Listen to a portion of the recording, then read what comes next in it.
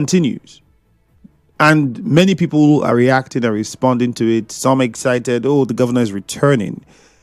It's only imperative that we take a look at some of the happenings in the past 5 months till this point.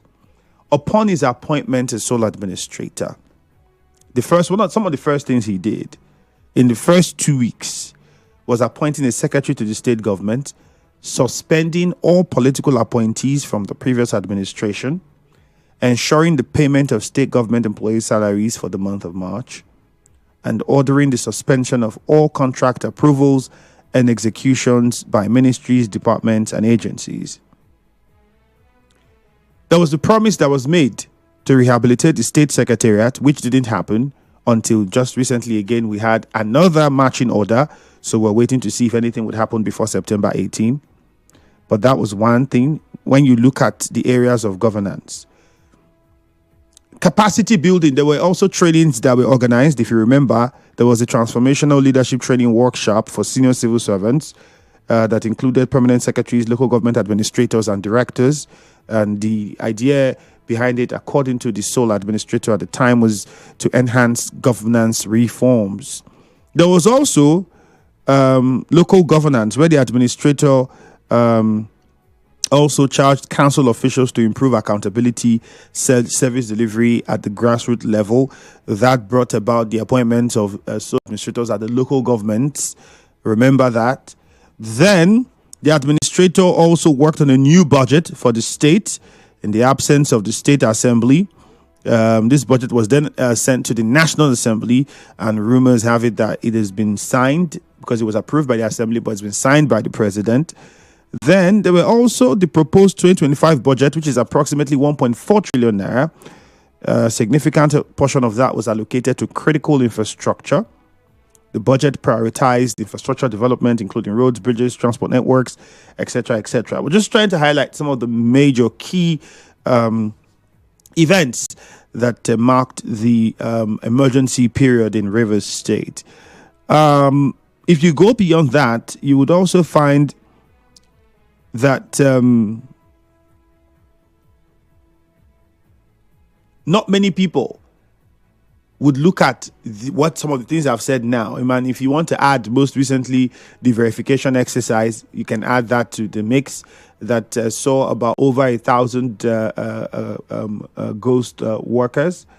I hope I got that number correctly. I know around that, over 1,000 ghost workers. And the exercise would still continue. So you can throw that into the mix and say, okay. Many have said security-wise, not much. They don't score him very highly. We recall the various kidnappings on waterways, and many who were not happy that there were not comments or statements officially from the sole administrator addressing those things directly in quick time, even though eventually some statements came out from the government through the press secretary.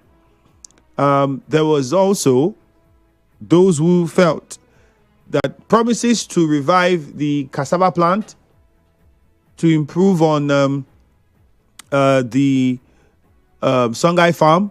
There were talks of talking with new contractors at the time. We also had a meeting that was held with the host communities.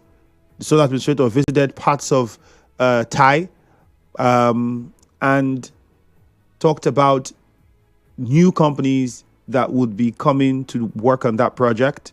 And that raised the conversation around what had already been done or started by the governor before his suspension. So when you put all of these things in the mix, you begin to ask questions like, okay, in these 5 years, what would be the significant thing, 5 months, I beg your pardon, that we would say has been done by the sole administrator? There is also the restoration of democratic governance or institutions. Oh, yeah. Some might not agree with this, but the truth is, I mean, we have the local government elections coming shortly. There was appointments of administrators. We also saw appointments into the civil service, like I told you, which happened swiftly. So, as it concerns the funds, well, at the moment, there isn't any report publicly that I have laid my hands on, because I was trying to look for some, that specifically stated how much we have generated in IGRO in Rivers State, how much the allocation that came in was, and how much was spent. Well, we don't really have those details. At least, maybe I've not accessed them, or I don't have access to them. Maybe they are somewhere, but at least didn't find them online. Even at the local government level, there's also questions around beyond payment of workers' salaries in the past 5 months. What can we say has been done? Now, while you contemplate and think about all of these things and look at these facts that I'm trying to put out for you, there's also something that's very important, which is, what if there's a possible extension of the emergency rule? Many believe that it won't happen, especially because we have the local government elections coming, which we think is the major thing that needs to be sorted. And afterwards, that's it. The governor would return fully. But don't forget that first it was the budget. And everybody thought after the budget, it would have been suspended. It did not happen that way. Now we are counting down. Some people are excited, already having posts on social media, on status, as a 30-day countdown, whatever they're doing. Would you entertain a possible extension of the emergency rule? Even maybe to the end of the year. Is that possible? Can that happen? Could that happen? I don't want to be a prophet of doom, but it's a possibility if you think about it and you think about the politics. It's a high possibility. What if there is an extension of the emergency rule, possibly to the end of the year? Would you entertain that? That details of those funds were spent beyond just salaries? Big question. There was also a suspension of all projects, right? Remember? There was also that one that happened. But then, as you follow this countdown, what if? Just what if there's an extension?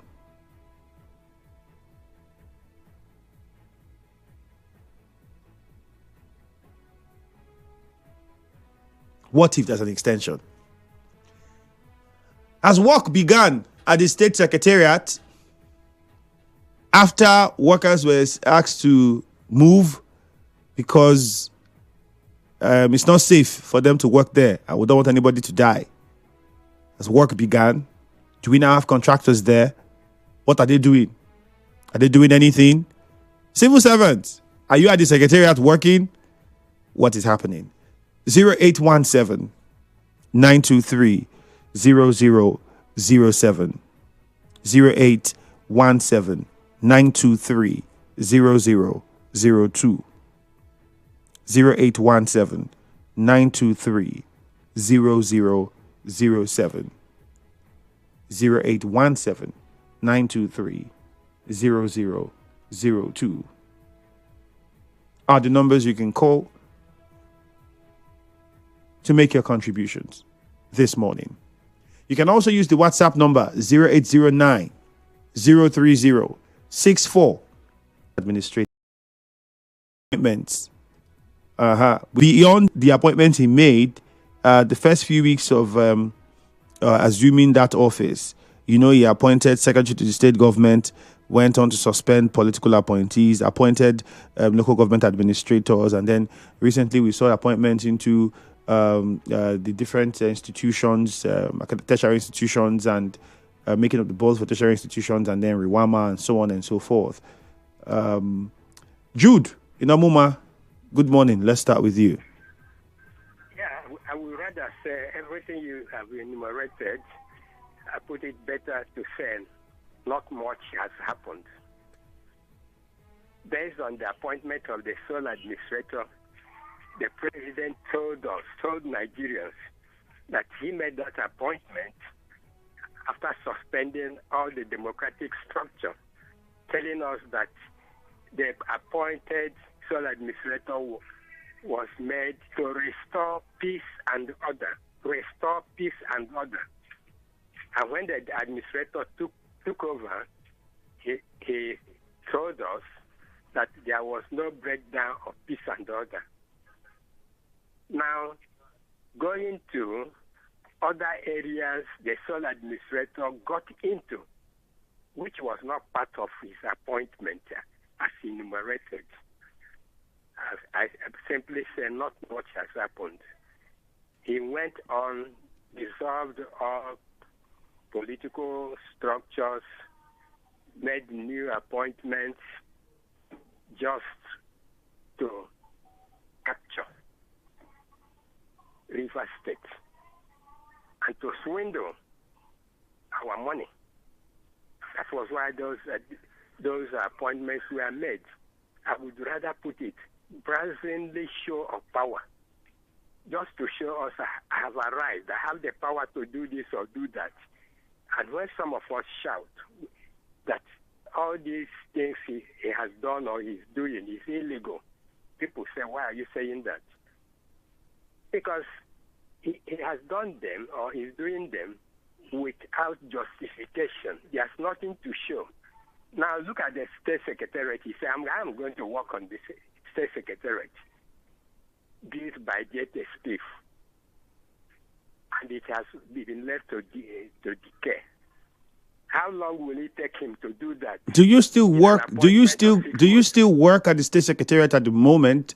Because there was an announcement. There was a marching order that workers should. That it's not safe and workers can work there. Exactly, that's what I'm saying. And an appointment of 6 months, and then it has been lying decay for years. And somebody has come in 3 months. In 6 months, I'm going to work on that. So, is there any reason for anybody to believe him? It's a way to swindle our money. All these appointments is for him to make a window to let our money go. And even the person who appointed him, the president, has a reason of appointing him to take over River State. That's all. Okay. That's the only reason. He has not done much. Let me put it that way. He is paying salaries, yes. What again? Anybody can remind me. So he is. We are waiting for the next 1 month, like you asked. I have my doubt because River State is under siege. Okay. I have my doubt. Thank you. Jude says he has his doubts on whether the emergency will be suspended at on the 18th of September. Victor from Remo Cruciate, quickly. Good morning. Okay, Ifiemi. Good morning once again. Yep. This question I think is very funny because it is very clear. Even a blind man in River State can tell you that nothing, absolutely nothing. If you ask my opinion, sorry, nothing has happened. This is pure state capturing. This is pure state. What did you say, Claire, doing that, ready to do election? Is it? I don't understand. Get it? No, don't go there. This is pure state capturing. There is nothing anybody can. So do you think that the state of emergency would be lifted come September 18th? Well, in short, make you know they like say we break them. Make you know they like say because already the state has been captured already. I was listening to you this morning on paper review. I was hearing somebody saying that people are not supposed to even open mouth. Is he not capturing? Somebody was sitting down in his house and saying in democracy that if something like this is happening, nobody's supposed to open mouth, nobody's supposed to challenge the status quo. Is he not capturing? What do we want? All right, Victor. Thank you. We'll take a short commercial. When we come back, there's still more to talk about. In the midst of all of this, when was the last time we heard from the suspended lawmakers, especially after this reconciliation that happened recently? We'll find out after the break. Good morning. In today's housing update.